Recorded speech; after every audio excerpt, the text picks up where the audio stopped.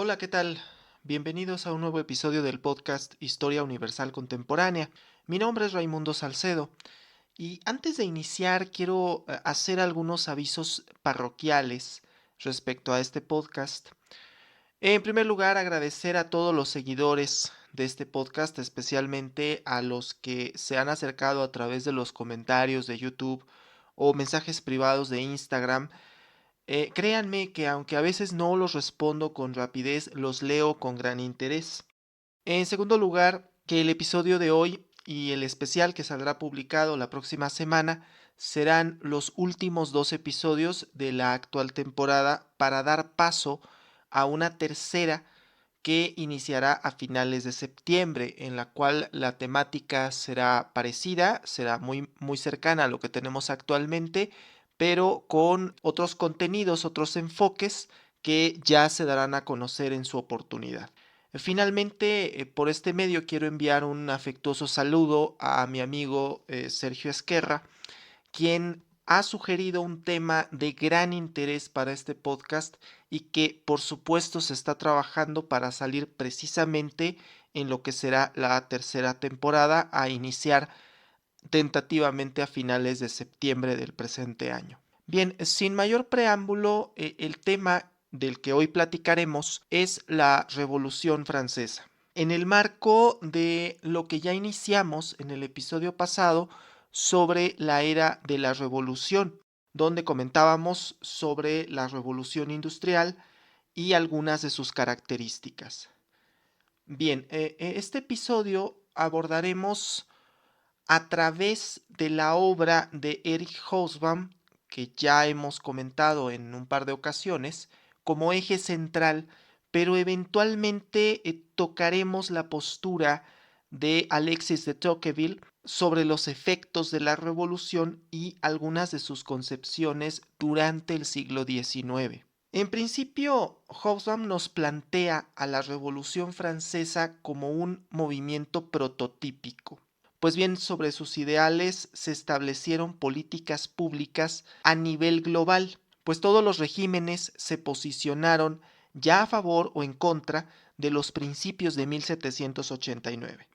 En las palabras de Hobsbawm dice: Francia proporcionó el vocabulario y los programas de los partidos liberales, radicales y democráticos de la mayor parte del mundo y ofreció el primer gran ejemplo, el concepto y el vocabulario del nacionalismo. Al respecto, vale la pena mencionar que en muchas ocasiones se considera que la Revolución Francesa es una de tantas revoluciones, pero veremos a lo largo de este episodio que tiene unas características que la convierten precisamente en prototípica. Bien, vayamos a las causas. Es un lugar común plantear que las causas de la Revolución Francesa sean la profunda desigualdad social y la sociedad estratificada de lo que conocemos como el antiguo régimen, este régimen feudal que existía en la Europa de finales del siglo XVIII.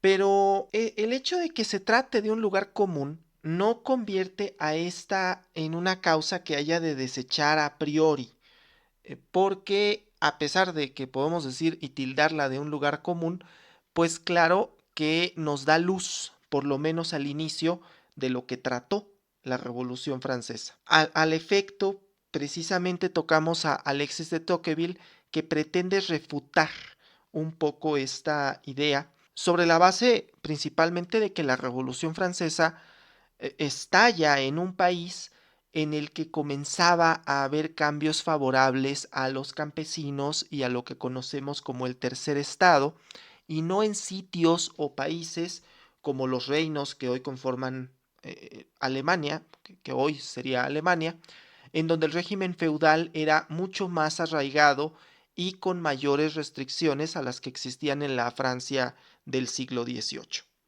Retomando a Hobsbawm, el siglo XVIII fue una época de crisis para los viejos regímenes europeos y para sus sistemas económicos, en la que se presentaron diversos movimientos revolucionarios y secesionistas, en el que la francesa pareciera ser solo una de tantas revoluciones, pero Hobsbawm estima que la importancia de la francesa es mayor, es crucial para comprender este periodo. En un inicio, porque el 20% aproximadamente de la población europea en 1789 era francesa, seguido por el hecho de que la francesa es una revolución de masas, que no fue lo que ocurrió con los restantes movimientos del momento, además de que fue mucho más radical que las demás revoluciones del momento. Y finalmente, porque de todos los movimientos revolucionarios de la época, Hobsbawm estima que la francesa es la única con un carácter ecuménico. Por estas cuestiones es que Hobsbawm estima que la influencia de la Revolución Francesa es universal, al proporcionar un patrón para los movimientos revolucionarios en el futuro. Alexis de Tocqueville refería que la revolución fue cualquier otra cosa menos un acontecimiento fortuito. No pasó por obra de la suerte. Sostiene que de ella se puede decir que destruyó todo lo que en la antigua sociedad derivaba de las instituciones aristocráticas y feudales. Y eso tenemos que tenerlo muy claro. Cuando nos referimos a la Revolución Francesa, no podemos evitar mencionar que se trata, al igual que la industrial, en una revolución de tipo burgués, en donde los nuevos factores de poder, en este caso la burguesía, se organiza de tal manera que logra tomar el control político. Y al respecto, Hobsbawm nos dice que estas nuevas fuerzas sabían exactamente lo que buscaban: la eficaz explotación de la tierra, la libre empresa y el libre comercio, por supuesto, así como la abolición de las restricciones y desigualdades sociales. Las reformas en este sentido eran aceptadas por el antiguo régimen, pero en pequeñas dosis y en un esquema que pronto habría de resultar legal pero no aplicado, un poquito replicando las palabras que se atribuyen a la política mexicana de está en la ley, pero que no se cumpla. Vamos, dicho en otras palabras, algunas de estas ideas podían ser logradas a través de reformas legales que la monarquía aprobaría, pero esas reformas nunca llegarían a aplicarse porque la aristocracia no lo iba a permitir. En ese contexto, las fuerzas de cambio burguesas, en palabras de Hobsbawm, eran demasiado fuertes para caer en la inactividad, por lo que se limitaron a transferir sus esperanzas de una monarquía ilustrada al pueblo o a la nación. Este concepto que empieza a aparecer, que empieza cada vez más a tener relevancia y que en el siglo XIX será el germen de la existencia de los llamados estados nacionales. Lo cierto es que los problemas ya venían fraguándose en la Francia dieciochesca, sobre todo por los privilegios que detentaba la nobleza, amén de los problemas financieros de la corona, que a pesar de la creencia popular, en el sentido de que era la opulencia la que socavaba sus finanzas, era en realidad por las guerras externas que mantenía la monarquía, lo que la hacía estar al borde de la bancarrota a finales del siglo XVIII, y entre esas guerras externas se cuenta precisamente la intervención en la independencia de los Estados Unidos 13 años antes del estallido de la Revolución Francesa en 1776. Esta crisis propicia el surgimiento de una crisis política y la primera brecha frente al absolutismo surge ante el intento de crear una asamblea de notables, pero se agravaría de manera decisiva con la convocatoria a los Estados Generales en 1789. Los Estados Generales, una reunión que tenía por lo menos un siglo de no celebrarse en Francia, donde se suponga que los factores reales de poder estaban presentes, todos ellos, para dirimir cuestiones del Estado. En palabras de Hobsbawm, la revolución empezó con el intento aristocrático de recuperar los mandos del Estado. A este respecto, tiene que quedar claro que la reunión de los Estados Generales se reunían los tres estamentos, el clero, la aristocracia y el pueblo llano, y se entendía que cada uno de ellos, cada estamento tenía un voto. Esto es, que el pueblo llano, que representaba más del 90% de la población, solo tenía un voto frente a los otros dos estamentos que en su conjunto representaban menos del 10% de la población, pero tenían dos de los tres votos. Y por supuesto que estas dos clases, estos dos estamentos, solían ponerse de acuerdo para boicotear toda decisión que pudiera venir del tercer estado y que afectara sus intereses. Así, la revolución surge como un acto de resistencia ante este sistema. Pronto surgen los ideales más conocidos de la revolución: libertad, igualdad, fraternidad. Muchas de sus demandas se resumen en un documento muy importante que es la Declaración de los Derechos del Hombre y del Ciudadano, que propugnaba contra la sociedad estamental de la época y estaba en contra de estos privilegios de la aristocracia y del clero. Uno de los primeros efectos que interesan a quienes gustan de lo que llamamos la teoría del Estado es el cambio de paradigma. La soberanía, otrora detentada por el monarca, pasa a ser detentada por el pueblo. Y aunque es algo sumamente obvio para quienes han leído alguna constitución moderna, y aquí invito a quienes no lo hayan hecho a revisar la constitución de su país, y con toda seguridad hay algún artículo o apartado que establece que la soberanía pertenece al pueblo. En el siglo XVIII esto era algo completamente anormal. En efecto, la soberanía era detentada por el monarca, pero en palabras de Hobsbawm ya no era Luis, por la gracia de Dios, rey de Francia y de Navarra, sino Luis, por la gracia de Dios y ley constitucional del Estado, rey de los franceses. Esta declaración y posterior constitución establece que toda soberanía está en la nación. Y justo en ese respecto, el concepto de soberanía alcanza la dimensión que conocemos hoy en día, como un ente que no reconoce a otro como su superior, ni otra autoridad más que la suya. Hay que recordar que antes de esto, los monarcas eran considerados tales por derecho divino y técnicamente tenían un superior, en este caso Dios. Pero aquí, al haber un cambio de paradigma, se seculariza esta cuestión y entonces ya no hay un superior. El superior es precisamente el soberano, que es el pueblo, el Estado, la nación. Esto es crucial, pues ahora, casi un cuarto de milenio después, le llamamos mandatario a quien ejerce el poder ejecutivo de un país, usualmente primer mandatario. Y muchas veces se nos olvida que es precisamente un mandatario porque los mandantes son sus gobernados, son los ciudadanos. Es decir, mandatario no es aquel que manda, sino al que le mandan. Y en este caso, sus jefes, aquellos que le mandan, pues son los ciudadanos que eventualmente le dieron su voto.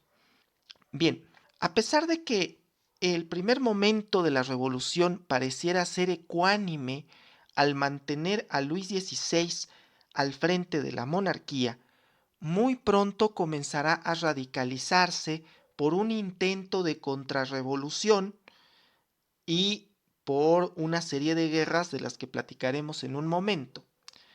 Pues obviamente la monarquía, el clero, la aristocracia no estaban dispuestos a ceder sus privilegios. Esta contrarrevolución movió masas y, como lo refiere Hobsbawm, en la época de la revolución los símbolos cobran capital importancia. Así, los colores rojo, blanco y azul se convertirían en los colores que identificarían a la revolución, y la fecha del 14 de julio en el momento que ahora es ampliamente recordado, de inicio del movimiento revolucionario, se convierte en lo que hoy es la fiesta nacional en Francia. El intento de contrarrevolución trae consigo que el juego entre el tercer estado y los otros dos se convierta en una encarnizada lucha que estirará la liga lo más posible hasta finalmente romperla. La revolución, apunta Hobsbawm, tendría una clase media liberal preparada para permanecer revolucionaria hasta el final y llevar los ideales de la revolución hasta las últimas consecuencias. Estos son los jacobinos. En el otro extremo, dentro de la propia revolución, claro, están aquellos revolucionarios moderados, que eran los llamados girondinos, quienes seguían siendo burgueses, pero en un extremo menos radical, mucho menos radical. Y en otro sitio se encuentran los llamados sans-culottes, que eran los campesinos, artesanos y obreros que no formaban parte de la burguesía francesa y representaban la fuerza bruta de la revolución, pues aunque tenían pocas armas, conformaban el grueso del ejército revolucionario. El periodo entre 1789 y 1791 es el momento en que la revolución muestra sus frutos más duraderos, pues es cuando la burguesía moderada emprende una serie de cambios entre los que se cuenta la racionalización y la reforma, la abolición de los gremios, el cercado de las tierras comunales, así como la secularización de las tierras eclesiásticas. En 1791, la Constitución buscaba evitar los excesos en que incurre una democracia a través de una monarquía constitucional. Como todos sabemos, la democracia no es el más perfecto de los sistemas políticos y lo que buscaba esta primera constitución era evitar los excesos de la democracia, planteando una monarquía constitucional y confiriéndole esta monarquía pues a la monarquía que ya existía, que era la de Luis XVI. Sin embargo, la monarquía no pudo adaptarse fácilmente a este nuevo régimen. Hobsbawm dice de una manera acertadísima: la corte soñaba, e intrigaba por conseguirla, una cruzada de regios parientes para expulsar a la chusma de gobernantes comuneros y restaurar al ungido de Dios, al cristianísimo rey de Francia. Aunado esto a una crisis financiera que comienza a vivirse por el descontrol de la economía de libre empresa, desemboca en un segundo momento revolucionario hacia 1792, en lo que conocemos como la República Jacobina del año 2. Aquí voy a hacer un pequeño paréntesis para comentar algo que quizás muchas personas sepan, pero que vale la pena precisar, y es que la Francia revolucionaria diseñó un nuevo calendario, alejado por completo del que regía y rige todavía en el mundo occidental, que es el calendario gregoriano. Y también alejado del otro calendario, precursor del gregoriano, que es el calendario juliano. Entre 1792 y 1806, en Francia, los años, los meses, las semanas y los días se computaron con una nueva escala, en donde el año se dividía en 12 meses de 30 días, más 5 que se añadían al inicio del primer mes del año. Y a diferencia del gregoriano, el año iniciaba con el equinoccio de otoño, que corresponde al 22 de septiembre, y el mes de 30 días tenía 3 décadas de 10 días cada una, aboliendo las semanas de 7 días como las conocemos. Y es justo aquí donde hay uno de los grandes problemas, al no ajustar la duración de los meses con el calendario lunar y extender la semana laboral 3 días más de lo normal, de lo que usualmente se maneja. El inicio del año 1 de la revolución se fijó el 22 de septiembre de 1792, por lo que la República Jacobina del año 2 corresponde al periodo entre el otoño de 1793 y el verano de 1794. En palabras de Hobsbawm, la guerra estallada en aquel periodo provocaría el segundo brote revolucionario que convertiría la historia de la Revolución Francesa en la historia de Europa y en última instancia en la historia global, porque supone el advenimiento de una figura muy importante, que es la de Napoleón Bonaparte.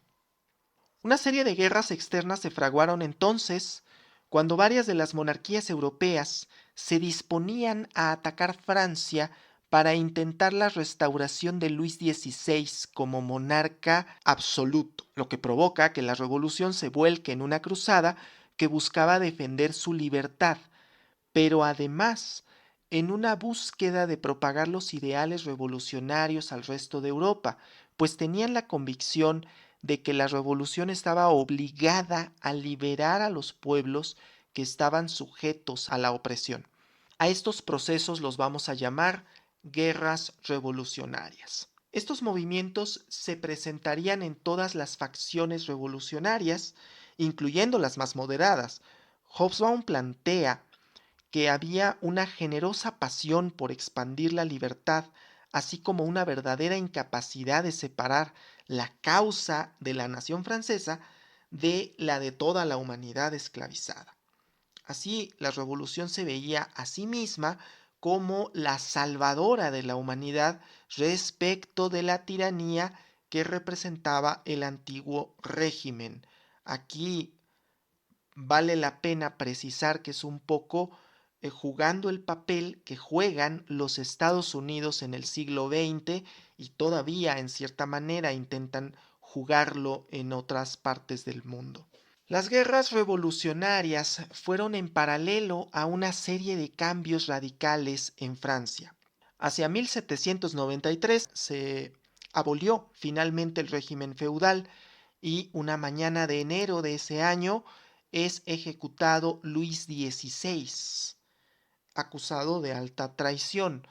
Luis XVI es guillotinado a finales de enero de 1793 en este invento que se crea, que es la guillotina, con el objetivo de hacer las ejecuciones, parece paradójico actualmente, pero en ese tiempo así era, se consideraba que así las ejecuciones eran más humanitarias, porque con un solo corte se separaba la cabeza del cuerpo y antes de la existencia de la guillotina se utilizaba un hacha y a veces eran necesarios varios hachazos, varias decenas de hachazos para separar la cabeza del cuerpo. Y bueno, ahí tenemos el caso ficticio de Nick casi decapitado, al que le dieron 45 hachazos y finalmente la cabeza nunca se separó del cuerpo. Bien, Luis XVI es guillotinado, es acusado de alta traición y esto pone fin definitivo a la monarquía en Francia. Sí, más adelante surgiría en forma de imperio, habría un intento de restaurarla, pero jamás ya con las características del absolutismo francés que había tenido entre sus más importantes ejemplares al Rey Sol, a Luis XIV, que gobernó por 72 años en lo que Voltaire llamó el siglo de Luis XIV. En septiembre de ese mismo año, 1793, daría inicio lo que conocemos como el Terror, al que nos vamos a referir un poco más adelante. En el exterior, las guerras revolucionarias se recrudecieron, pues la política girondina, que era belicosa en el exterior y moderada en el interior, no dio los resultados deseados. Hobsbawm nos dice que solo unos métodos revolucionarios sin precedentes podían ganar esa guerra, aunque la victoria significara nada más que la derrota de la intervención extranjera, en un momento en el que la derrota implicaba la contrarrevolución. El fin de la revolución era jugarse el todo por el todo. Estos métodos revolucionarios, dice Hobsbawm, se encontraron, pues los revolucionarios descubrieron e inventaron la guerra total, esto es, la movilización de todos los recursos civiles y militares para un único fin, la guerra, eliminando por completo la distinción entre civiles y militares. Esto es algo de capital importancia para entender eventos como la Segunda Guerra Mundial, que es el ejemplo más claro de una guerra total. En marzo de 1793, Francia estaba en guerra con la mayor parte de Europa y había comenzado a anexarse territorios bajo la idea del derecho a sus fronteras naturales. Esta expansión de la guerra provocó un mayor auge de los radicales izquierdistas que terminaron por derrocar a los sans-culottes para instaurar una república jacobina a la que hemos hecho referencia, lo que da inicio al terror en septiembre de ese año. Un periodo de la Revolución Francesa en el que se radicalizaron las medidas contra los contrarrevolucionarios, de forma que cualquier persona que se opusiera al régimen revolucionario jacobino sería ejecutada, cualquier persona siquiera sospechosa. Los acontecimientos de la República Jacobina son de los más recordados y relatados de la Revolución Francesa.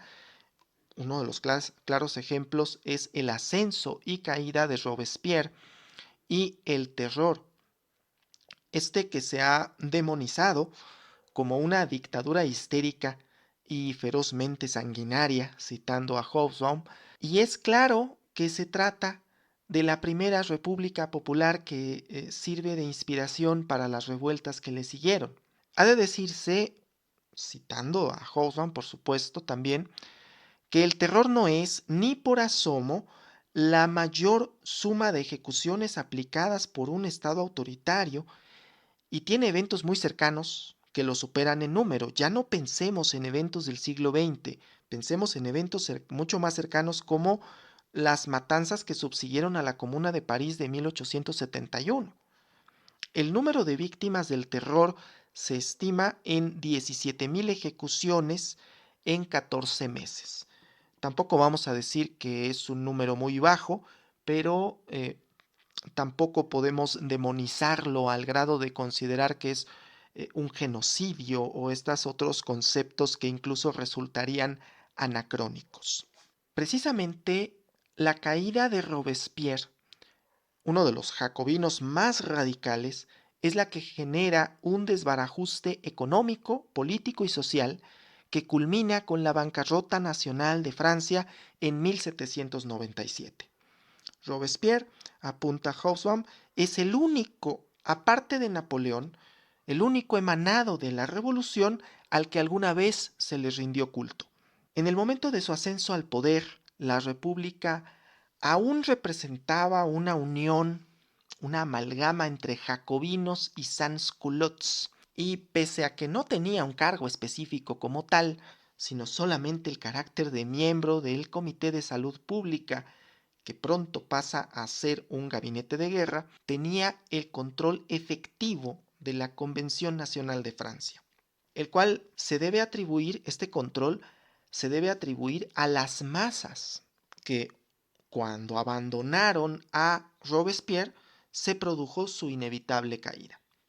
Robespierre había sabido atraer a las masas con discursos e ideas radicales. No es de extrañar que las masas lo quisieran, además de su resolución para arrestar y ejecutar a Danton, otro revolucionario al que se le arresta y se le ejecuta por el cargo de corrupción y misericordia a los enemigos de la revolución. El caso de Danton representa a esa ala de toda revolución, esa ala minoritaria, amoral, derrochadora, viciosa, que pretende quedarse con el gran beneficio de la revolución, servirse de ella y, como decimos coloquialmente en México, que la revolución le haga justicia. Al respecto, apunta Hobsbawm que en la historia todos los Danton han sido derrotados por los Robespierre. Así, Robespierre se ganó el apoyo del pueblo, y como ya se ha dicho, la República hasta ese momento representaba una suerte de alianza entre jacobinos y sans-culottes, estos últimos de clase baja y a quienes les afectaba más que nada, el aumento de los precios, el racionamiento, el congelamiento de salarios, cosas a las que se ve obligado el régimen de Robespierre, debido a las guerras revolucionarias que estaban en curso, emprendiendo una política de austeridad de la que Robespierre se consideraba el único poseedor y administrador. En abril de 1794, tanto los componentes de la derecha como los de la izquierda habían sido ejecutados, los partidarios de Robespierre estaban políticamente aislados y el 27 de julio de ese año, que sería el 9 Thermidor en el calendario francés, la convención derriba a Robespierre y un día después fue guillotinado de la misma forma en que el propio Robespierre había procedido con tantas personas. La caída de Robespierre representa el final del terror, pero no de la revolución. Francia se vio envuelta en una rápida sucesión de regímenes. El directorio, el consulado, el imperio, la monarquía borbónica restaurada, una monarquía constitucional, otra república y un segundo imperio. Hobsbawm plantea que esta dramática sucesión solo representa una cosa: el propósito de mantener una sociedad burguesa, evitando dos peligros. Por un lado, una nueva república jacobina, radical, como la que hemos caracterizado en los últimos minutos, y por otro lado, la vuelta al antiguo régimen feudal que tampoco conviene a los intereses de la burguesía. La única garantía de que el régimen de la república fuera viable era mantenerse inactiva, pero esta no es una opción para una Francia completamente asediada por el exterior y con una revolución fragmentada.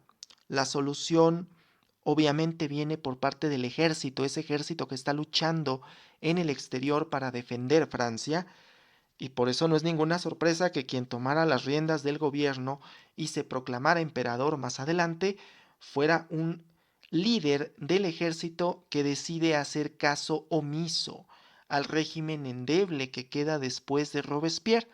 Este líder del ejército es, por supuesto, Napoleón Bonaparte. En 1799, durante nuevas invasiones extranjeras, queda de relevancia la debilidad del régimen del directorio frente a la estabilidad militar del ejército de la antigua república. Así que Bonaparte fue nombrado vicecónsul, luego cónsul y finalmente emperador. En poco tiempo Francia cuenta con un código civil, un concordato con la Iglesia, incluso un banco nacional. Y por otra parte, dice Hobsbawm, el mundo tenía su primer mito secular. En efecto, el mito de Napoleón se difunde en forma amplísima, al punto que, en palabras de Hobsbawm, quizá con la excepción de Lenin, su retrato es el único que cualquier hombre medianamente culto puede reconocer con facilidad. Fue brillante en el terreno militar, un estadista de gran talla, pero el mito sobre su figura se basa menos en sus méritos, que son muchos, que en los hechos de su carrera, pues al compararlo con otras grandes figuras conquistadoras de la historia como Alejandro Magno o Julio César, estos tenían un capital que podían explotar. Uno de ellos era rey y otro era patricio, pero en el caso de Napoleón es el primer caso de un cabo pequeño que por mérito propio llega a gobernar gran parte del continente. Hobson nos dice, esta es una afirmación no del todo cierta, pero el ascenso meteórico y elevado de Napoleón Bonaparte provoca que la afirmación resulte por lo menos razonable. Napoleón representa un triunfo para Francia en el exterior, pero también en el interior, la amalgama perfecta entre la solución de los problemas que se venían arrastrando con las guerras externas y la eterna complicación que la revolución traía consigo, la jerarquización de la burocracia. Hobsbawm plantea que la revolución tiene un abrupto final con el imperio napoleónico, en el que se destruyó la idea original y se volvió un mito favorable al esquema burgués y no a la mayoría de la población. Es decir, que estima que hay una suerte de corrupción, degradación o en términos aristotélicos, degeneración de la revolución, para poder favorecer a la burguesía. Cierra Houzon su análisis de la Revolución Francesa con un párrafo que voy a citar en su integridad. Napoleón solo destruyó una cosa, la revolución jacobina, el sueño de libertad, igualdad y fraternidad y de la majestuosa ascensión del pueblo para sacudir el yugo de la opresión. Sin embargo, este era un mito más poderoso aún que el napoleónico, ya que después de la caída del emperador sería este mito y no la memoria de aquel el que inspiraría las revoluciones del siglo XIX, incluso en su propio país. Cierro este podcast agradeciendo a todas las personas que lo escuchan. Si te gusta este contenido, puedes considerar hacer una donación a través de PayPal. Por pequeña que resulte, será de gran utilidad para mantener este espacio. De la misma forma, si te gusta el contenido, te invito a darle me gusta y a suscribirte a través del canal de YouTube. En la descripción de este podcast encuentras mis redes sociales, a través de las cuales se comparte contenido relacionado con historia y algunas otras curiosidades. Por el momento ha sido todo. El próximo episodio será un episodio especial, no te lo pierdas. Y habrá el inicio de la tercera temporada a finales del mes de septiembre de este año. Muchas gracias y hasta la próxima.